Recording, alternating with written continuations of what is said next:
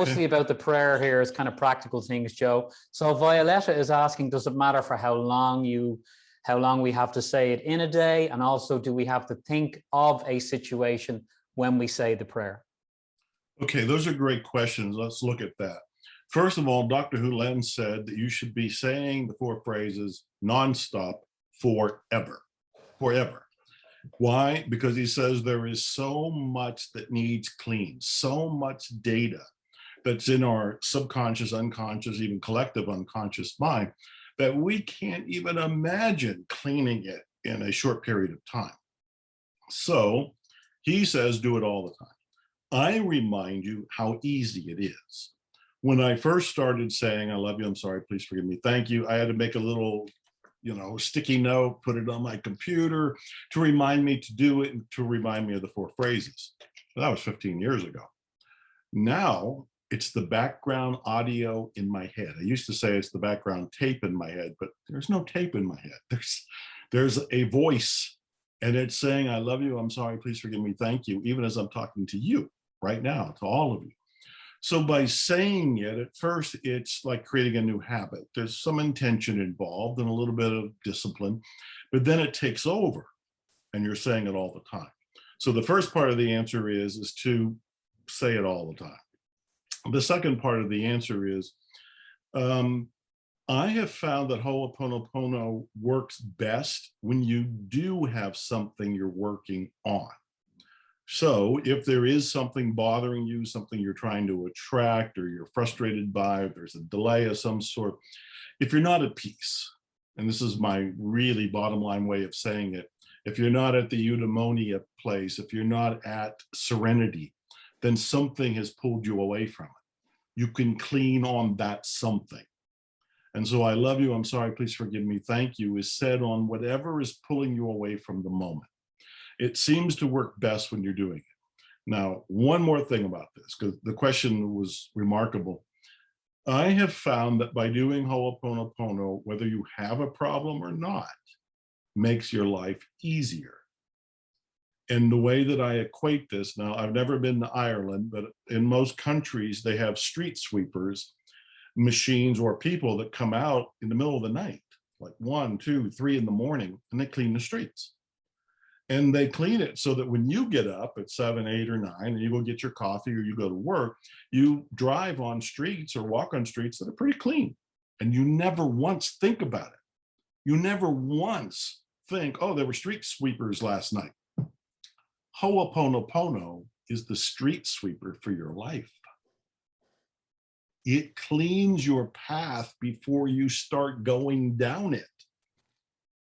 In some places, and again, I don't know about Ireland, but in the States, where the states have a lot of snow, there are snow blowers that come out in the middle of the night and they blow the snow off the road.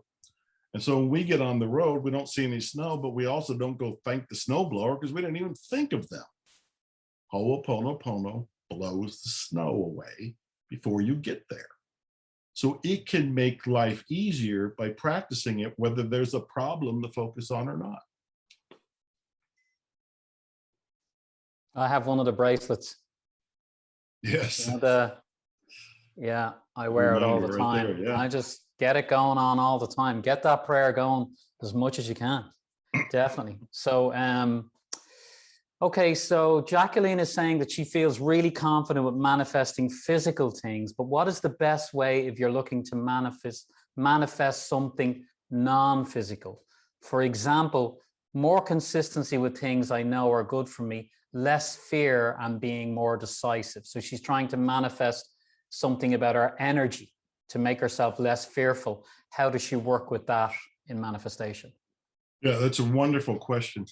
I would remind all of us that what we're doing is looking for the limiting beliefs that's creating the experience we want to change.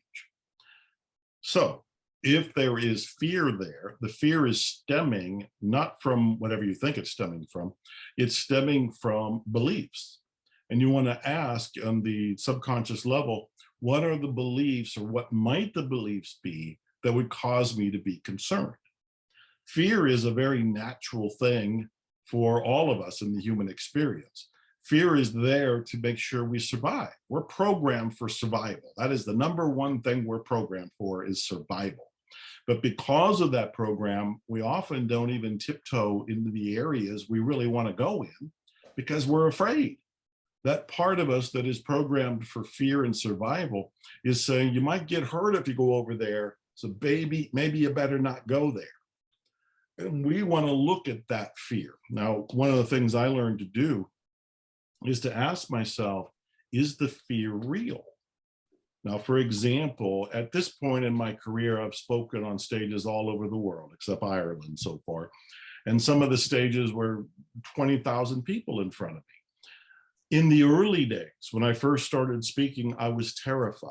I couldn't speak in front of 5 people because I was more insecure. I was more withdrawn, more of an introvert, just wanted to be with my books. And over time, I kept being invited to do things like go on Larry King, where 2 million people are watching. So as I started to go in front of bigger and bigger crowds, and I would feel nervous, I would feel afraid, I would have to ask myself, is there a real threat to my life here? And the honest answer is no. No. And then I would extend it and go, okay, if I actually did the worst speaking engagement ever in my life, and I'm totally embarrassed, can I go back to my room and still love myself? Yeah. Can my life still go on? Yeah. Will I be okay? Yeah. So exploring what the beliefs are can reveal them, then you can question them. And when you realize the beliefs are gone and you're genuinely safe, those fears will go.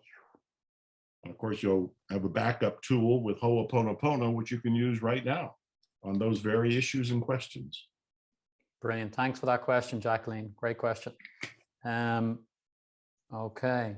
So yeah, speaking is a fear that a lot of people have, you know, public speaking. If you ever come to Ireland, we'd be glad to host you, Joe, so we can talk about that when everything gets back to normal. What did you say earlier? When the coast is clear. I like that. That's when the coast right, when the clear. coast is clear, I'll be on planes again. We'll do an event, yeah. So I want to talk a little bit about what you're working on at the moment. You mentioned you have another book title at the moment that you're working on right now. What's current for you right now? What's going on in that book? What's the main topic? I have 2 going on, which probably shouldn't surprise anybody. One is the journey of the divorce and death. I would say death, divorce, and disease, because the new partner that I developed a relationship with got a Lyme disease and was bedridden while I was going through divorce and while I was going through grief and while I was trying to travel, when I could travel, to places like Russia, and Iran was one of the last places I went before COVID hit. Mm-hmm. So this book has been therapy for me, but I also think it holds keys to people surviving things that don't look like they're survivable. Again, we all go through challenges, and if we don't know that challenges will come, they can pretty much be devastating because we think life is not going to happen that way.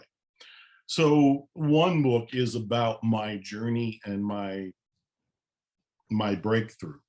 I don't know at this point, as I say this, as I talk about it, if it's for my therapy or if it's my blockbuster.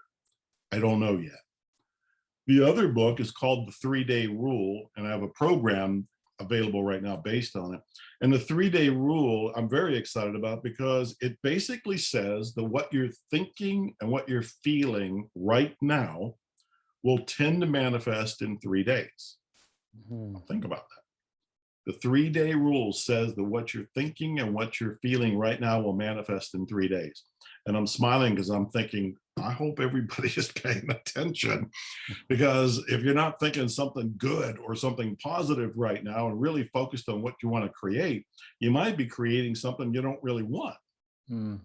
And the other aspect of this, and this is all going to be in the book, the 3-Day Rule, is the idea that most of us don't get what we want in 3 days. Why? Because we keep changing our mind. We may wake up right now and we say, well, I want a new relationship. I'm going to start dating. I'm going to do whatever. And then right after we go, well, I don't know where to start. Oh, I need to lose weight first. Oh, I need to go join this club. Oh, I better go. Nah, why even bother? All the good ones are taken. And we went through, you know, you state your intention, and within seconds, you've destroyed your intention. So no wonder you don't get what you want in 3 days. By the same token, if you can state your intention and hold it and add the feeling to it and all the other things we've been talking about, you will tend to manifest it in 3 days.